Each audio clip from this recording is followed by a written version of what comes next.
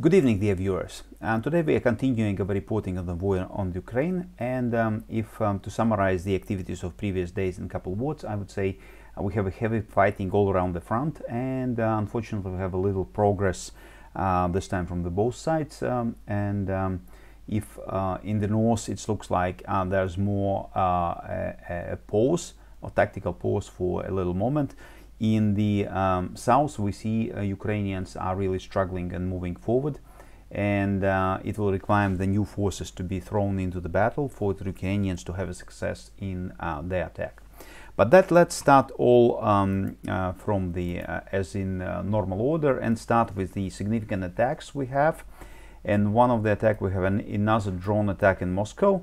This time the drone was shot in near the village Ptichne. So basically we see that Ukrainians are continuing their efforts to hit the Russian objects inside of their capital.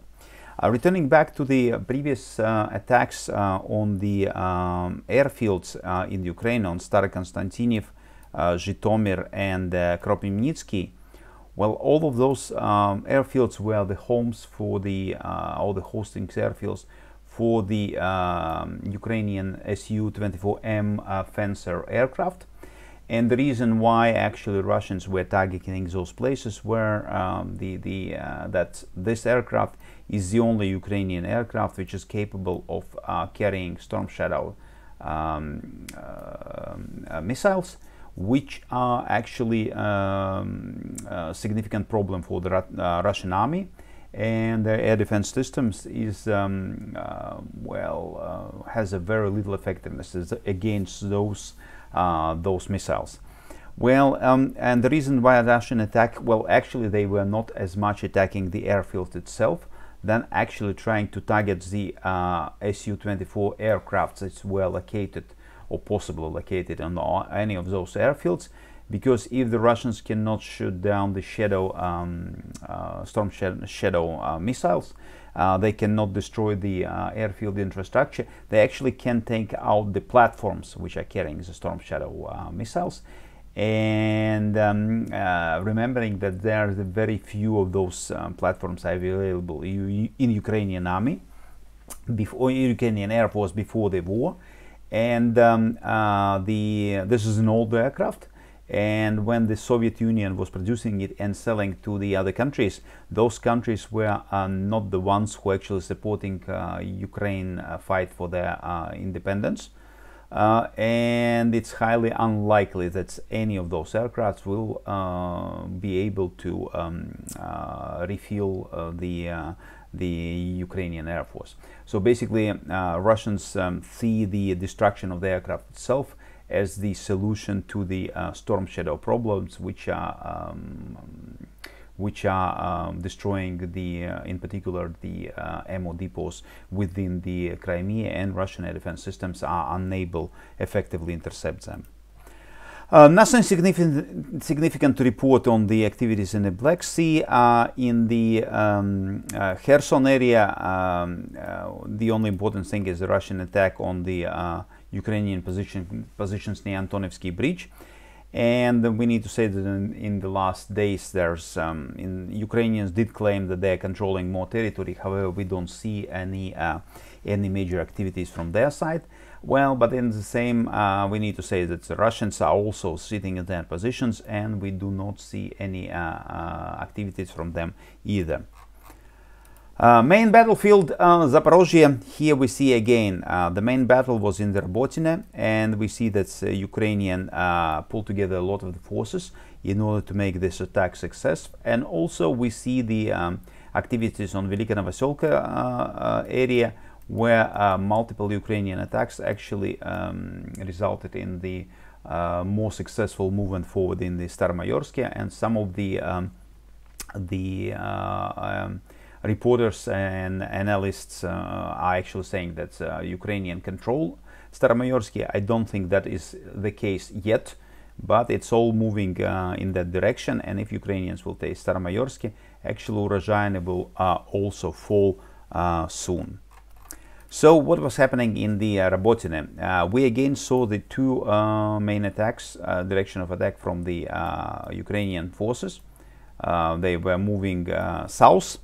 And let's move to the more detailed more detailed map from the deep state maps, which is actually shows the all the Russian positions, known Russian positions, and those are shown with the white lines.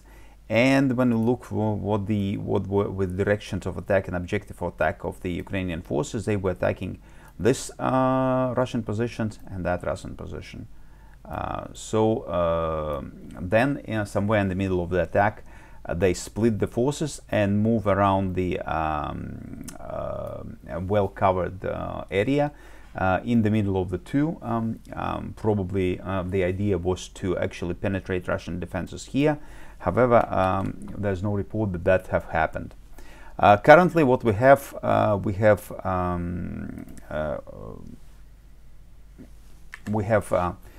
no particular information. Well, this position is actually kept by the Russians. The big gray zone is here around those two positions, and if we look into there's also the pictures of the area, and this is a picture taken by the Russians from the Russian drone, and they show around 10 fighting vehicles and tanks in that area. Those are not destroyed tanks. Those are the tanks which are in that area and operational. And certainly we will see some activities from Ukrainian army in that area too.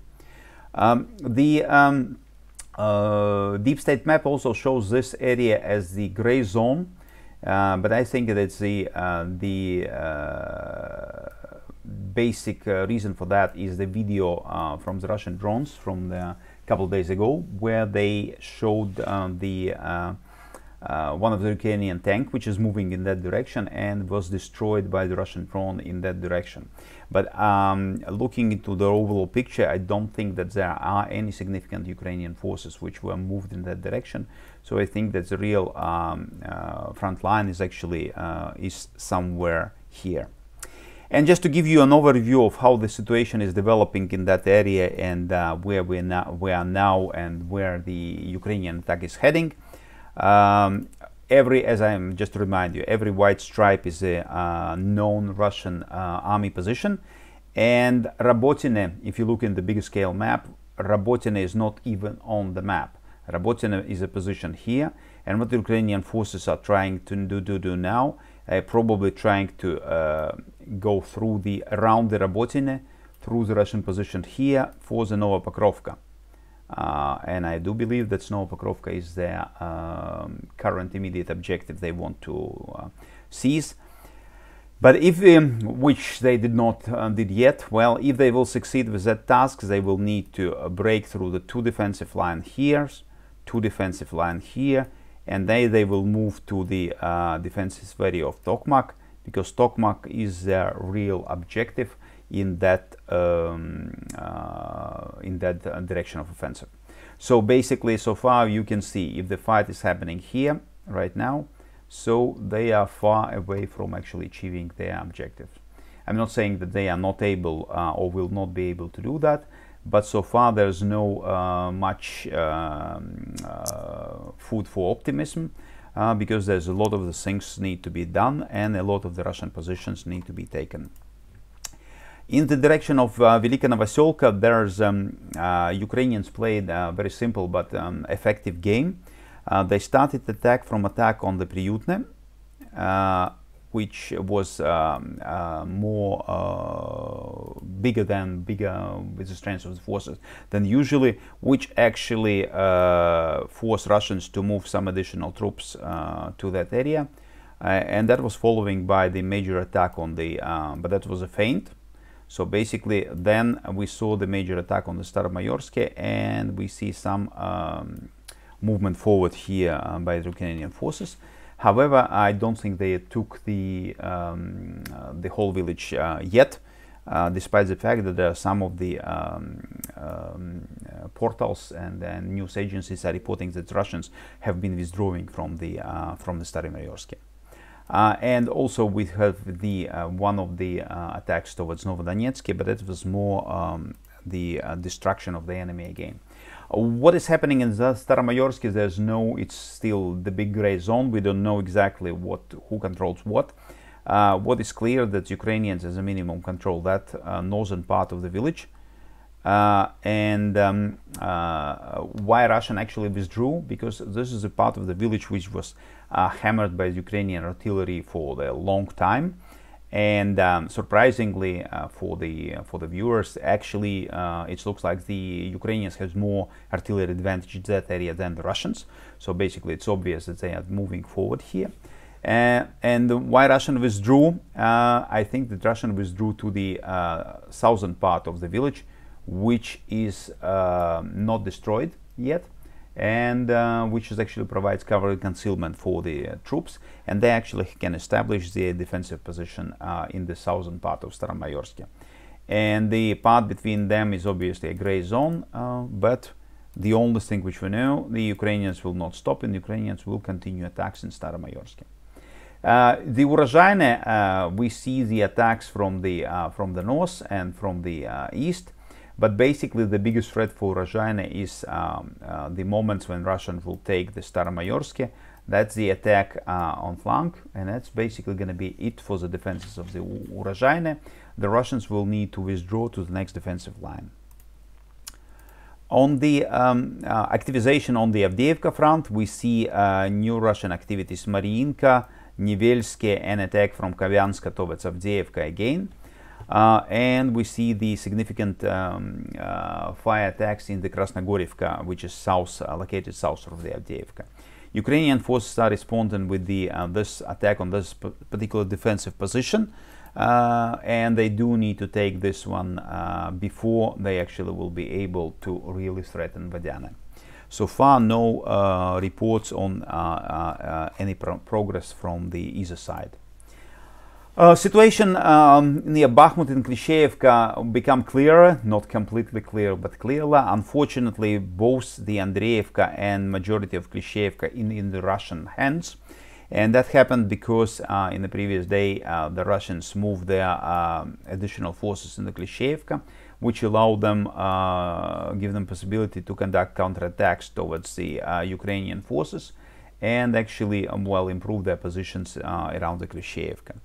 At the same time, we also see the attack, Russian attack from Bakhmut north of the Khromovo, and significant artillery attacks in the north, in Grigorivka, Kalinina, Bogdanivka, and Ivanivsky, which is actually kind of surprising because there's no immediate threat for the Russians from those particular places, and at the same time we don't see the massive support of artillery around the Klishchiivka. What is happening in Klishchiivka itself? After the reinforcements arrived, the Russians conducted two counterattacks, one against the northern positions, and this counterattack was unsuccessful, defeated by Ukrainians. The other attack was to the south, and there the Russians were more successful. And now we cannot take them. Well, some are saying that they are clear the Klishchiivka. Some are saying that Ukrainians are taking the part of the southern Klishchiivka.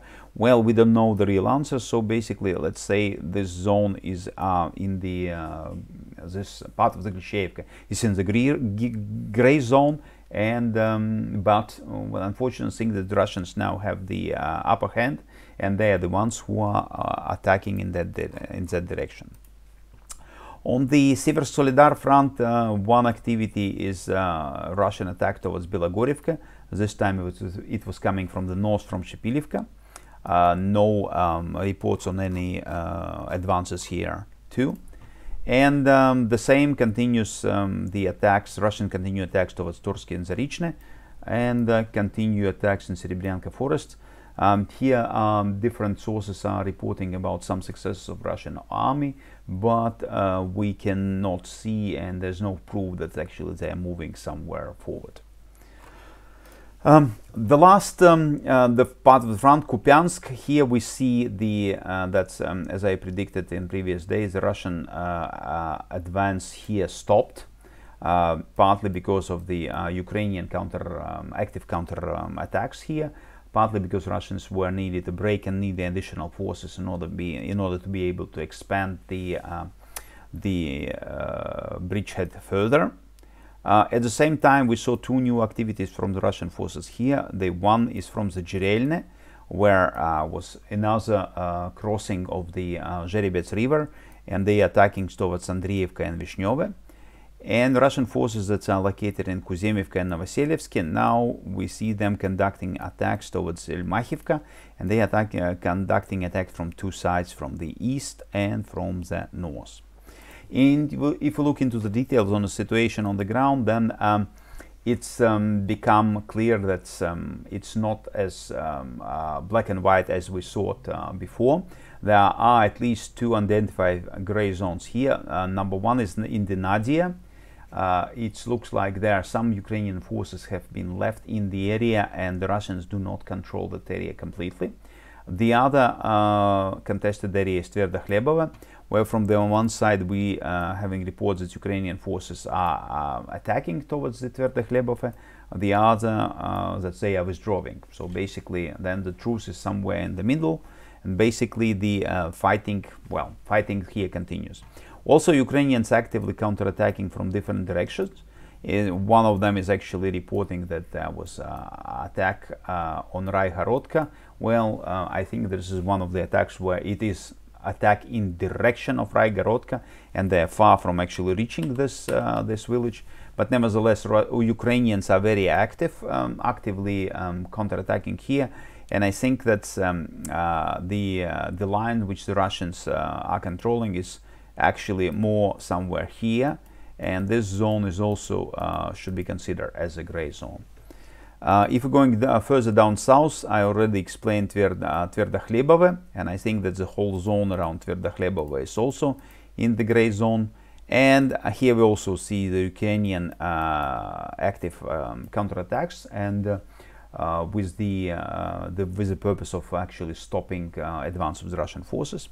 And I think that for the now, the Russians will keep their defensive positions whenever they can, or advance whenever they can, but that will be limited advances anyway, because what they are waiting for, they are waiting for the new force to arrive, which will then gather here, gather strength, and when the time is right, they will strike again and will try to move forward. So that is most likely what will happen either during the weekend or right after the weekend. Well, anyway, the heavy fighting will continue throughout the weekend because even so there is raining in Ukraine. I don't think any of the parts will stop their offensive activities. They will try to move as far as possible and then secure their game by establishing the defensive positions. So it inevitably means we will see a lot of the heavy fighting throughout the weekend. And I will certainly summarize all that, and will try to explain you what is happening in the Ukraine during my next Monday report. So that's conclude my report for today. Thank you very much for your attention, and I'll see you on Monday.